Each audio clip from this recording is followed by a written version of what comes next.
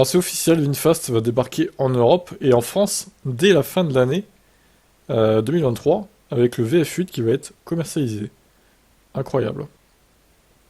Il y aura 3000 exemplaires en Europe, donc 51 000 euros.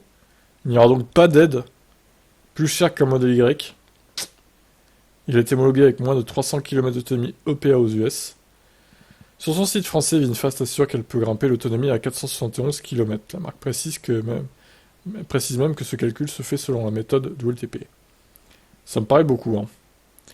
Le cycle américain EPA est censé être plus généreux que le WLTP. Et on peut...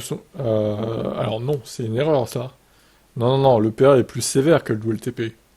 Attention. Non, 300 km EPA, pour moi, ça fait 400 km WLTP, à peu près. Pas 471. On va regarder le site, du coup. Ouais, c'est marqué là, effectivement. Toutes les valeurs indiquées sont des valeurs préliminaires établies par la méthode WLTP. Le prévu pour le deuxième trimestre 2023. Eh ben, on a dépassé le deuxième trimestre 2023 depuis longtemps, là, les gars, hein. Du coup, voilà, les tarifs sont là.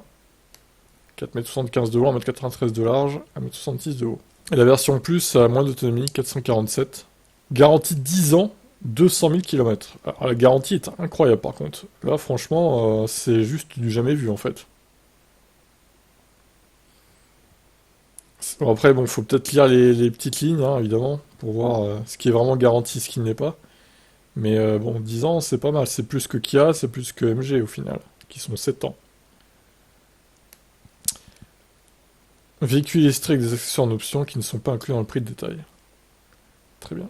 Merci de prévenir. Toujours sympathique. Bon, bref.